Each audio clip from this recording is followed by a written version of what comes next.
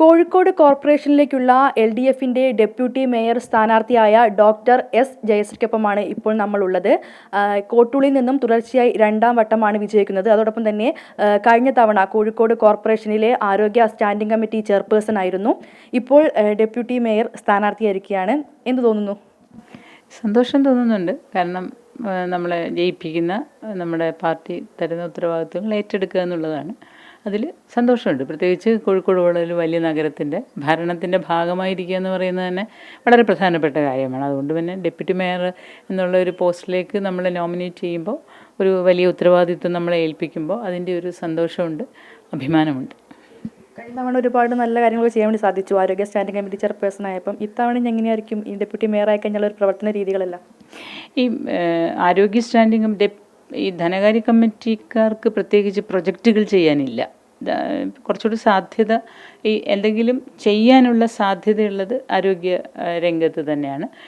അത് പിന്നെ അതേപോലെ തന്നെ ഈ തവണയും നമുക്ക് ഒരുപാട് കാര്യങ്ങൾ, ഇപ്പം നേരത്തെ ചെയ്തുകൊണ്ടിരിക്കുന്ന കാര്യങ്ങളുണ്ടല്ലോ.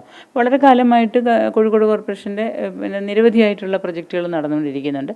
അത് തുടർന്നു കൊണ്ടുപോവുക എന്നുള്ളതാണ്. അതിൽ പിന്നെ വലിയ നല്ല രീതിയിൽ ചെയ്യാൻ പറ്റുമെന്ന് തന്നെയാണ് വിശ്വസിക്കുന്നത്.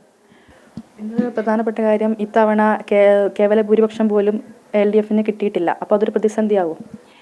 കേവല ഭൂരിപക്ഷം ഇല്ലാത്തത് ചെറിയൊരു പ്രശ്നമുണ്ട്. അതൊരു ചലഞ്ചാണ്. പക്ഷേ അതൊരു പ്രതിസന്ധി ആവുമെന്ന് വിചാരിക്കുന്നില്ല. കാരണം ഈ കോർപ്പറേഷനിൽ ഒരു 7 ലക്ഷത്തോളം ആളുകളുണ്ടല്ലോ. അപ്പോൾ അവരുടെ ബേസിക്കായിട്ടുള്ള ഒരുപാട് കാര്യങ്ങളാണ് കോഴിക്കോട് കോർപ്പറേഷൻ്റെ കൗൺസിലിൽ അജണ്ടയായിട്ട് വരുന്നത്. അവരുടെ ദൈനംദിന ജീവിതത്തിൽ, അപ്പോൾ അവരുടെ ബാല്യം മുതൽ ഈവൻ ജനന സർട്ടിഫിക്കറ്റ് മുതൽ മരണ സർട്ടിഫിക്കറ്റ് വരെയുള്ള എല്ലാ സാധനങ്ങളും കോഴിക്കോട് കോർപ്പറേഷനിൽ നിന്നാണ് വരുന്നത്. ഒരു ഭരണ പ്രതിസന്ധി ഉണ്ടായാൽ അത് ഒരിക്കലും ആരും എൻ്റർടൈൻ ചെയ്യുന്ന കാര്യമല്ല എന്നുള്ള കാര്യത്തിൽ സംശയമില്ല. അതുകൊണ്ട് തന്നെ ഭരണം തുടർന്നു പോവുക എന്നുള്ളതാണ്. പിന്നെ സമവായത്തിൻ്റെ എല്ലാവരെയും കൂട്ടിപ്പിടിച്ചുകൊണ്ട് യഥാർത്ഥത്തിൽ കോഴിക്കോട് കോർപ്പറേഷനിൽ നമ്മൾ അജണ്ടയായിട്ട് വരുന്നത് വിവിധ സ്റ്റാൻഡിംഗ് കമ്മിറ്റികളിൽ വളരെ പിന്നെ നല്ല രീതിയിലുള്ള ചർച്ചയ്ക്ക് ശേഷമാണ് അത് കൗൺസിലിലേക്ക് വരുന്നത്.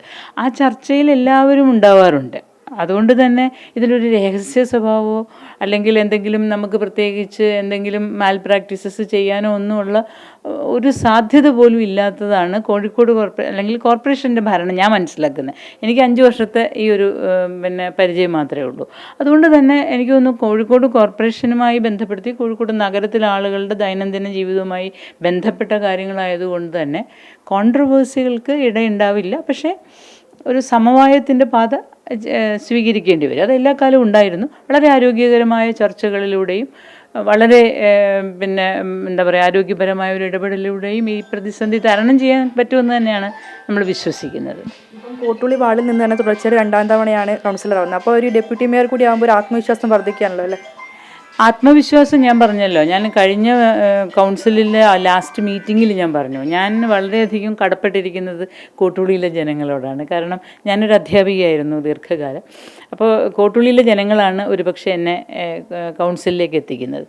അപ്പോൾ ആരോഗ്യ സ്റ്റാൻഡിംഗ് കമ്മിറ്റിയുടെ ചെയർപേഴ്സണായി ഭാഗ്യവശാൽ ഒരുപാട് കാര്യങ്ങൾ ചെയ്യാൻ പറ്റിയെന്നുള്ള ആത്മവിശ്വാസമുണ്ട്. രണ്ടാമത് ഞാൻ നിൽക്കുമ്പോഴും കോട്ടൂളിയിലുള്ള ജനങ്ങൾ എന്നിൽ അർപ്പിച്ച വിശ്വാസം, അത് ഡെപ്യൂട്ടി മേയർ എന്നുള്ള രീതിയിൽ കൂടുതൽ നല്ല രീതിയിൽ പ്രവർത്തിക്കുവാൻ, കൂടുതൽ മെച്ചപ്പെട്ട രീതിയിൽ പ്രവർത്തിക്കാനുള്ള ആത്മവിശ്വാസം തരുന്നുണ്ട്. അതിന് ഞാൻ എപ്പോഴും കടപ്പെട്ടിരിക്കുന്നത് ഇവിടെയുള്ള ജനങ്ങളോട് തന്നെയാണ്.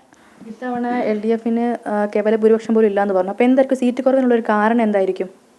അതിനെക്കുറിച്ച് അതൊരു ഒരു 1 വേർഡിലോ ഒരു 1 സെൻറ്റൻസിലോ പറയാൻ പറ്റുന്ന കാര്യമല്ല. പിന്നെ അതൊക്കെ അനലൈസ് ചെയ്യേണ്ടത് രാഷ്ട്രീയ പാർട്ടികളും ഒക്കെയാണ്. പക്ഷെ ഒരു കാര്യം മാത്രം എനിക്ക് പലപ്പോഴും തോന്നാറുണ്ട്, നമ്മൾ ധാരാളം വികസന പ്രവർത്തനങ്ങൾ ഒരുപക്ഷെ ഒരു തരത്തിലുള്ള ഇടപെടലുകളോ അഴിമതിയുടെയോ ഒന്നും ഇതില്ലാതെ കഴിഞ്ഞ 5 വർഷം നടത്തിയിട്ടുള്ളതെന്ന് ഞാൻ അതിൻ്റെ പാർട്ടായിരുന്നല്ലോ. ആ പ്രവർത്തനങ്ങളെക്കാൾ ഉപരിയായിട്ടുള്ള എന്ത് ഫാക്ടറാണ് ഉണ്ടായതെന്ന് മനസ്സിലാവുന്നില്ല. അത് തന്നെയാണ് കാര്യം. അത് വിശകലനം ചെയ്യേണ്ടത് രാഷ്ട്രീയ പാർട്ടിയും രാഷ്ട്രീയ നേതൃത്വവും ഒക്കെയാണ്. അത് അവർ ചെയ്യുമെന്നാണ് ഞാൻ വിശ്വസിക്കുന്നത്. എന്തായാലും ഡെപ്യൂട്ടി മേയർ ആവാനുള്ള തയ്യാറെടുപ്പിലാണ്. തയ്യാറെടുപ്പുകൾ എന്നുള്ളതല്ല, ഇതൊരു നമ്മളെ ഒരു ഉത്തരവാദിത്വം ഏൽപ്പിക്കുകയാണ്. അത് നമ്മുടെ 100% ആത്മാർത്ഥതയോടുകൂടി നമ്മളുടെ കഴിവുകൾ പരമാവധി ഉപയോഗിച്ചുകൊണ്ട് ഈ നാട്ടിലെ ഓരോ ഏറ്റവും സാധാരണക്കാർക്ക് വേണ്ടി പോലും ഉപയോഗിക്കത്തക്ക രീതിയിൽ ചെയ്യുക എന്നുള്ളത് മാത്രമാണ്. അതിന് ഉള്ള ആത്മവിശ്വാസം ഈ 5 വർഷം കൊണ്ട് ഉണ്ടായിട്ടുണ്ടെന്നുള്ളത് തന്നെയാണ്. കോഴിക്കോട് കോർപ്പറേഷനിൽ ഡെപ്യൂട്ടി മേയറായി മികച്ച പ്രവർത്തനം കാഴ്ചവെക്കാൻ കഴിയുമെന്ന വിശ്വാസത്തിലാണ് doctor S Jayasree. Cameraman Amarjith കൽപ്പറ്റയ്ക്കൊപ്പം വർഷ ഗിരീഷ്, അമൃത ന്യൂസ്, കോഴിക്കോട്.